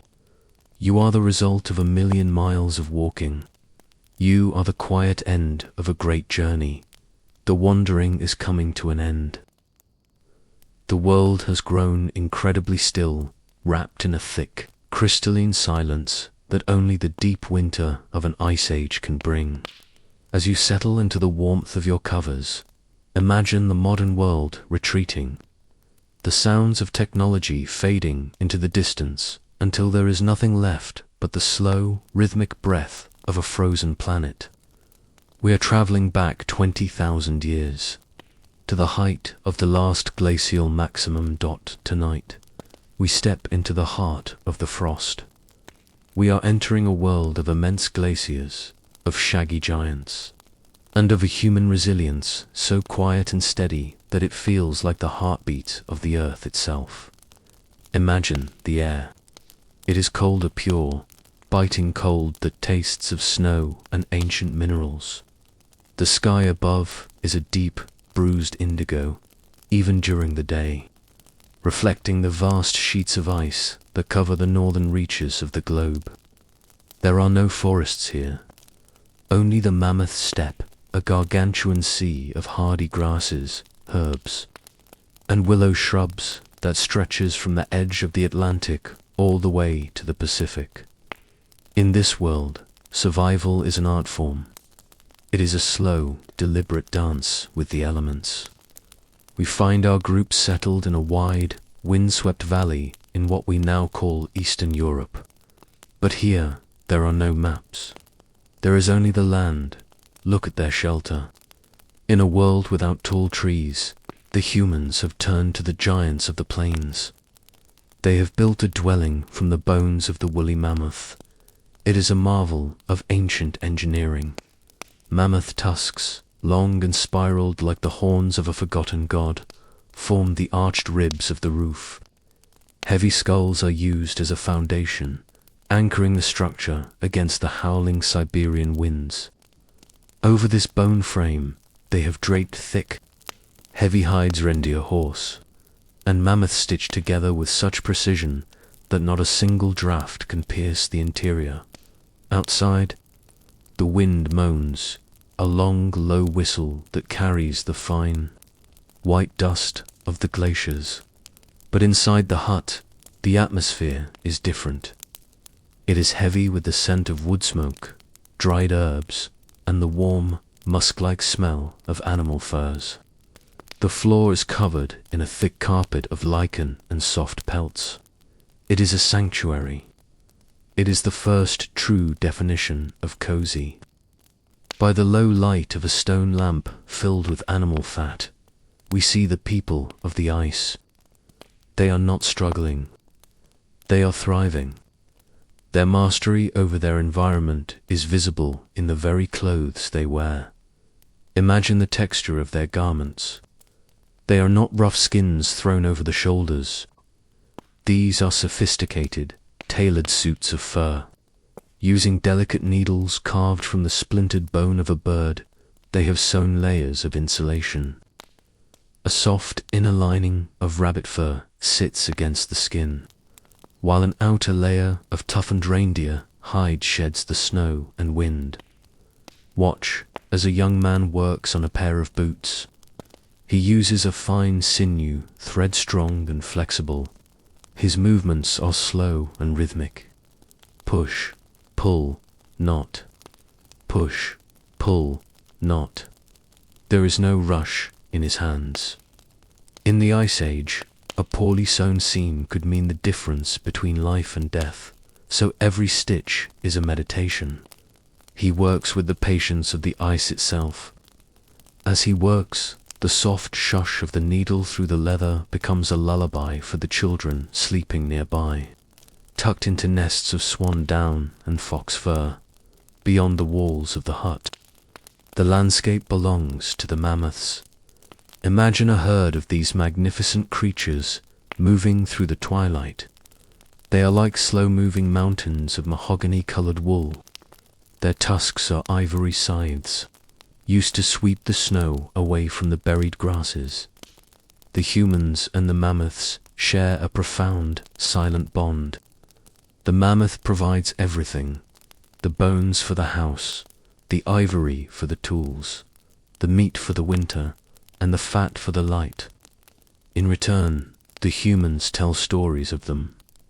They carve tiny, exquisite figures of mammoths from ivory, smoothing them with sand and water until they glow like pearls in the firelight. When a mammoth falls, it is a moment of gravity and gratitude. The hunters do not see it as a conquest, but as a gift from the earth. They use every part. Nothing is wasted. The mammoth lives on in the walls of their homes and the warmth of their bellies. The night is very long in the Ice Age. The sun barely skims the horizon before dipping back into the shadows. This long darkness is the cradle of human imagination. The group gathers around the central hearth. The fire is small but hot, fed by bone fuel, the oily, marrow-rich fragments of bone that burn with a bright, steady flame. In the flicker of the light, the elders begin to speak. Their voices are low, rhythmic, and resonant. They are not just talking. They are weaving a tapestry of memory. They tell of the great white mother, the glacier that birthed the world. They tell of the clever fox who stole the first spark of fire. They tell of the ancestors who walked across the land bridge when the sea was dry. This is the birth of the epic. As the children listen, their eyes wide and reflecting the dancing flames, the history of the tribe is etched into their minds. They learn who they are. They learn that they belong to a lineage of survivors. The storytelling is a form of collective dreaming. It turns the terrifying vastness of the frozen world into a place of meaning. It makes the cold feel smaller. It makes the group feel invincible in the Ice Age. The individual is a flicker, but the group is a flame. Everything is shared. The meat from the hunt, the warmth of the fire, the care of the sick. If one person finds a patch of berry bushes hidden in a sheltered gully, the whole clan feasts. If one person is injured by the kick of a wild horse, the others carry them, mending their bones with splints of willow and poultices of moss. This cooperation is the secret of our species. We did not survive the ice because we were the strongest, but because we were the most connected. Imagine the feeling of that connection. As you lie in your bed, feel the invisible threads that tie you to your own loved ones, and then extend those threads back through time. You are part of a chain of care that has never been broken. For 20,000 years, through winters that lasted centuries, humans held each other's hands. They kept each other warm. They made sure the smallest and the oldest were fed first. The Ice Age teaches the soul how to wait in the modern world. We are taught to be constant, to always be producing, always moving. But the people of the ice knew the value of the big sleep. During the worst of the blizzards, when the wind was strong enough to topple a mammoth, the group would huddle together and simply be. They would sleep for 14 hours a day. They would listen to the wind. They would breathe together in the dark. There is a profound healing in this forced stillness. It allows the body to repair itself. It allows the mind to settle into a state of deep, wordless prayer. As you breathe now, let your breath be slow and shallow, like a hunter resting in the back of the cave. Your heartbeat is steady. Your mind is a calm, white field of snow. There is nothing you need to do. There is nowhere you need to go. You are simply a witness to the passing of the age. The clouds have parted over the valley. The wind has died down to a faint whisper, a ghostly sigh that moves through the ivory tusks of the village dot above. The sky has come alive. The aurora borealis, northern lights are dancing. Great curtains of emerald green, violet, and pale crimson ripple across the stars. They move like silk in a breeze, folding and unfolding in the silent theater of the cosmos. An elder steps out of the hut for a moment, pulling her fur cloak tight. She looks up at the lights. To her, they are not gases in the atmosphere. They are the spirits of the ancestors, dancing in the celestial hunting grounds. She watches them for a long time, her breath creating small puffs of silverstein. The lights remind her that the world is beautiful, even when it is harsh. They remind her that there is a light that the darkness cannot swallow. But time, like the glacier, is always moving, however slowly. The earth is beginning to tilt just a fraction more toward the sun. The great sheets of ice, miles thick, are starting to feel a subtle, internal warmth. Deep in the heart of the glaciers, the first drops of meltwater are beginning to trickle. It will take thousands of years, but the change is coming. The mammoths sense it first. They begin to move a little further north each season. The grasses of the steppe are changing, being replaced by the first hardy saplings of birch and pine. The world of the frost is preparing to give way to the world of the green. The humans, too, are changing. Their minds, sharpened by the challenges of the ice, are beginning to think of new possibilities. They are looking at the wild grasses and wondering if they can be encouraged to grow. They are looking at the wolves that hang around the edges of their camp and wondering if they can be friends. The fire in the mammoth bone hut is now just a warm, glowing eye in the darkness. The group is deeply asleep, their dreams filled with the sound of cracking ice and the scent of the coming spring dot. You are with them. You are safe. You are warm. The great ice age was the crucible of the human spirit. It was the time when we learned to hope in the dark.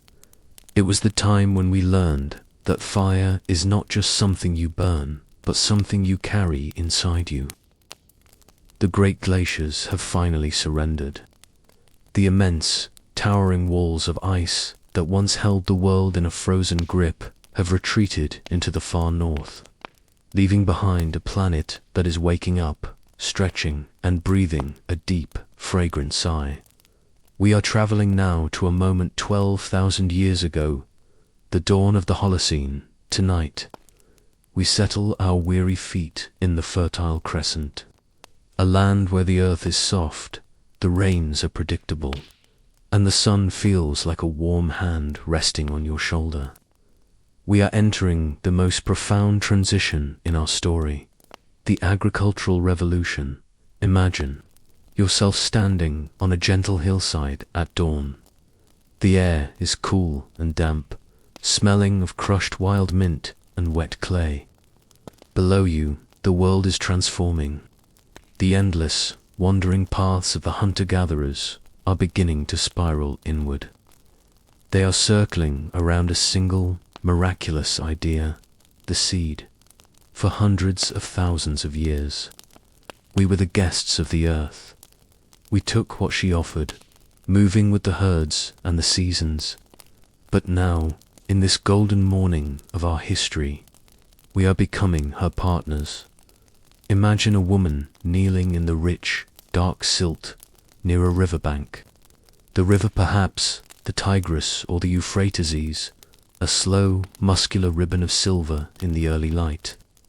She holds a handful of wild wheat seeds. They are small, dry, and seemingly lifeless, but she has spent years observing them. She has noticed that where the seeds fall, new life rises. She has noticed that the earth can be coaxed. Watch her as she moves with a slow, meditative grace. She uses a simple digging stick to open a shallow wound in the soil. It is a gentle act. She places the seeds inside and covers them with a blanket of earth. Press, cover, move. Press, cover, move.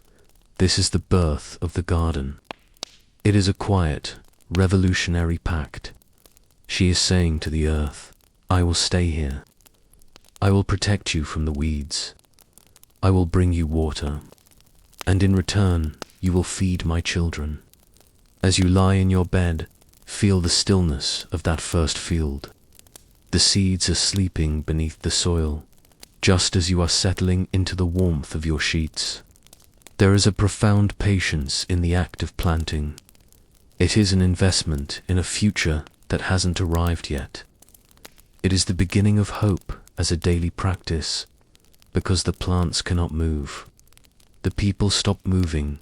To imagine the very first village. It is not a city of stone and glass, but a collection of round houses made of sun-dried mud, bricks, and woven reeds.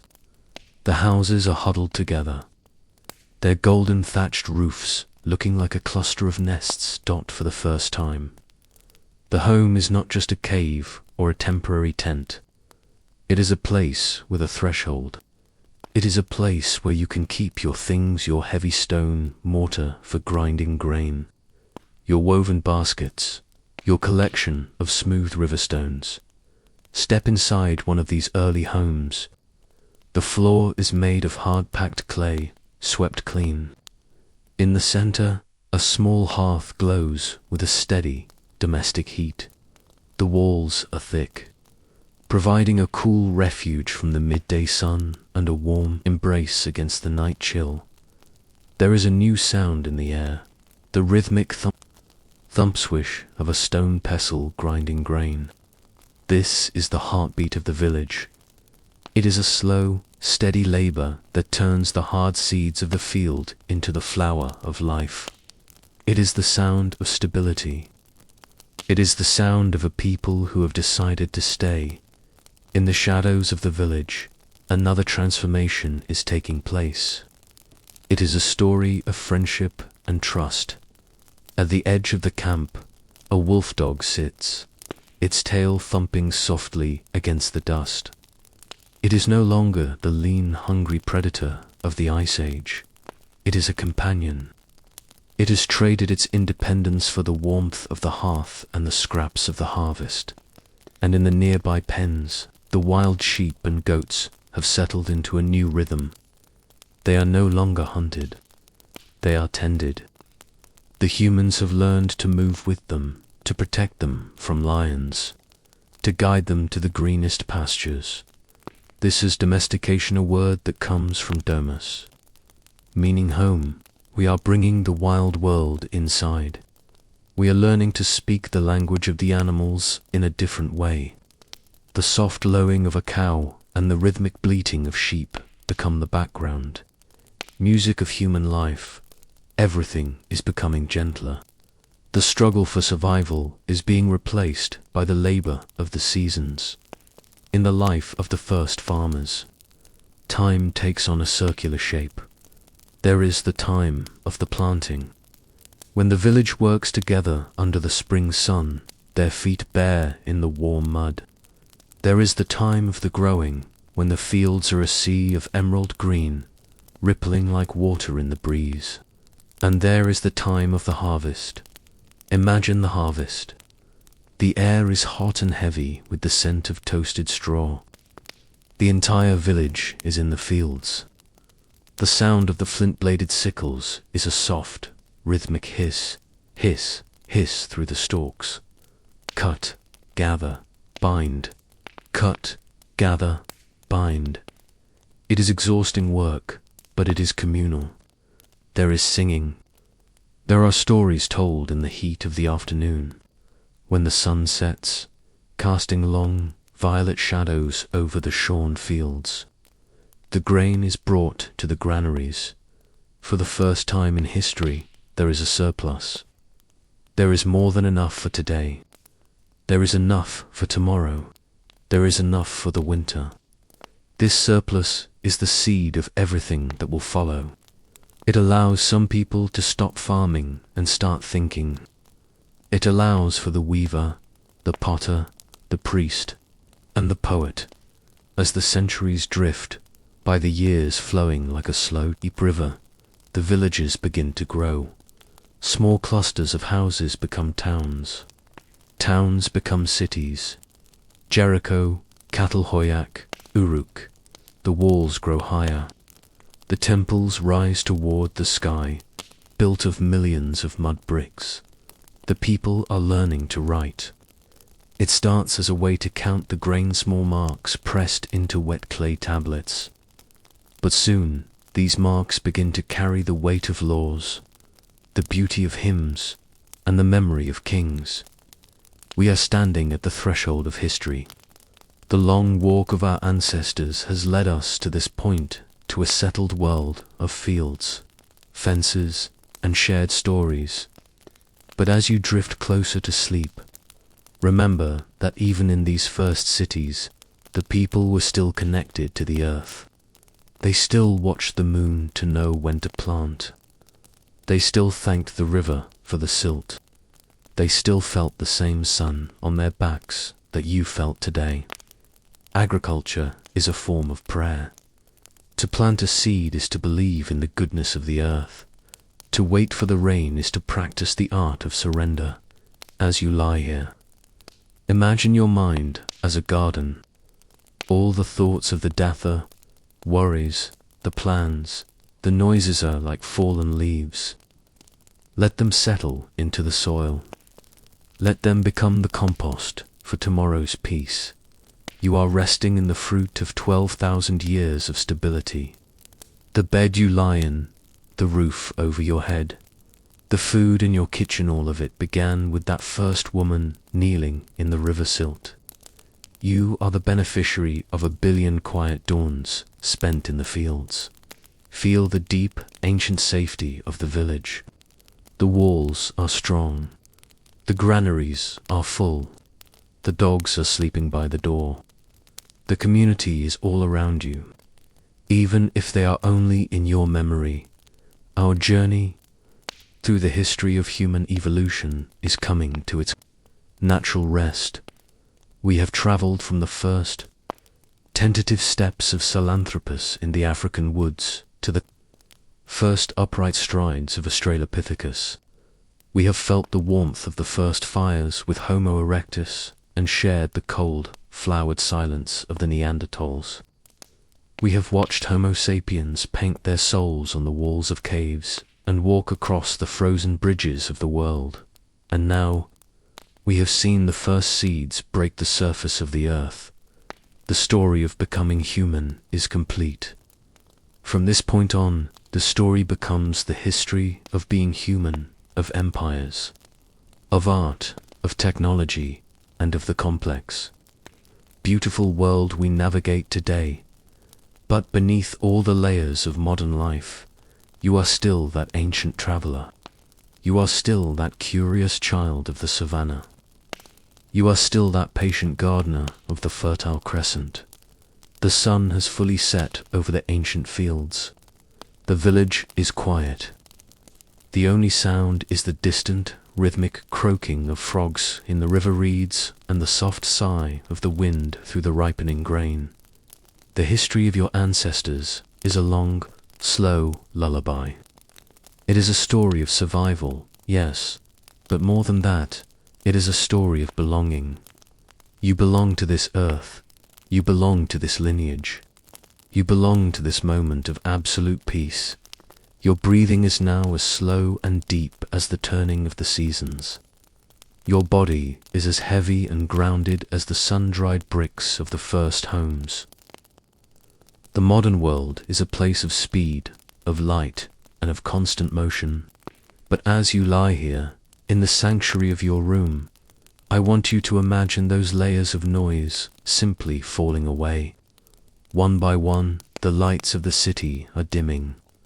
The hum of the internet, the rush of the engines, the ticking of the clocks, they are all softening, receding into the distance like a tide pulling away from the shore.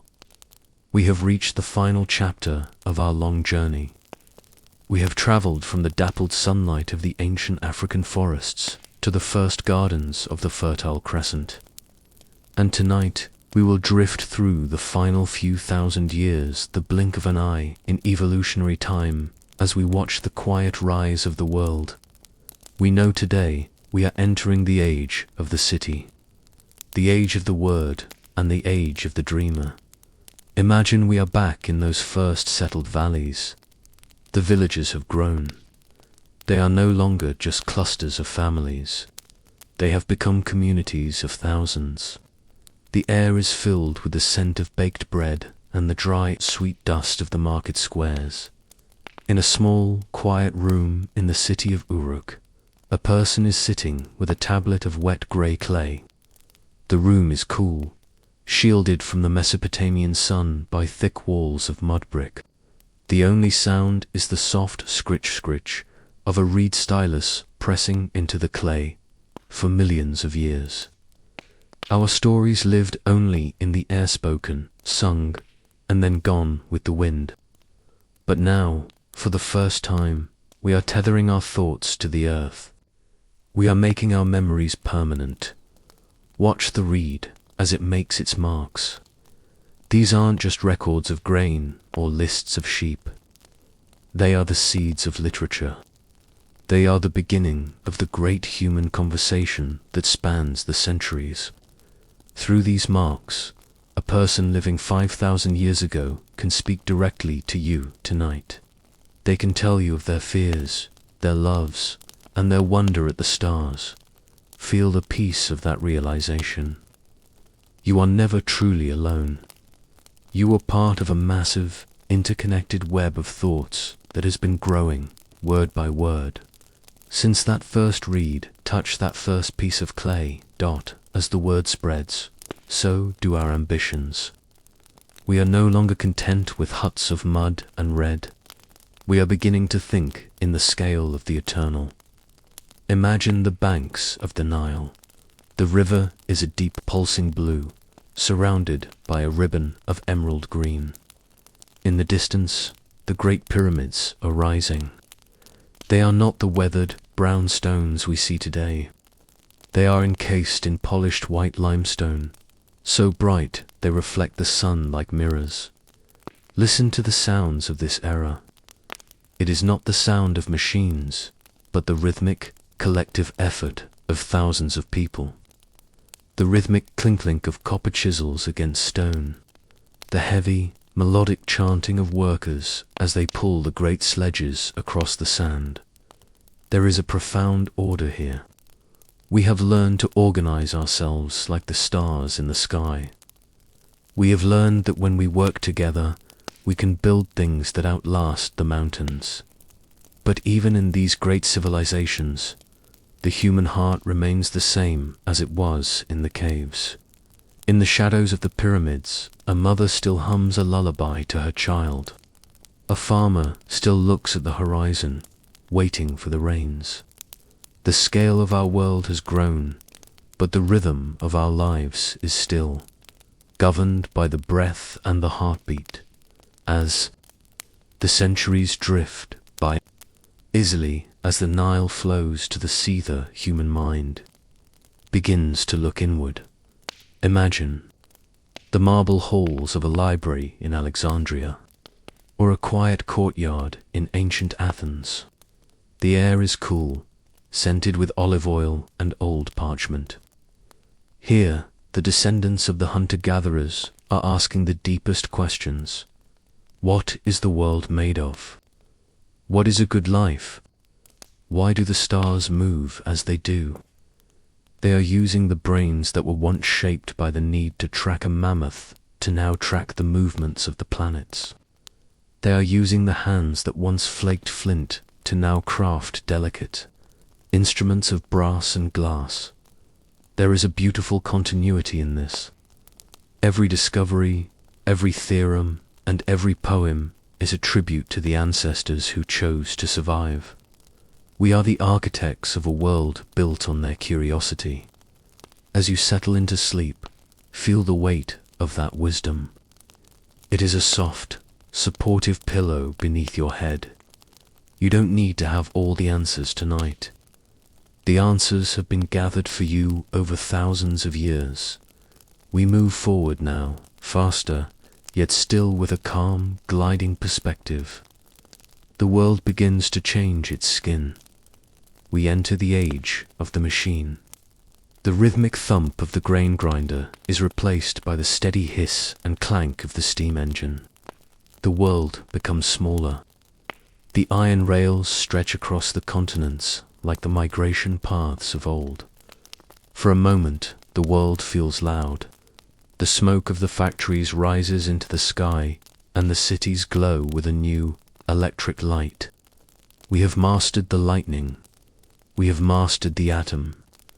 We have left the earth and stood on the moon, looking back at our blue marbled home with the same wonder that Ardipithecus felt looking at a piece of fruit. But even in the heart of the industrial age, the ancient human remains. Underneath the suit of the businessman or the uniform of the worker, there is the same DNA that walked out of Africa.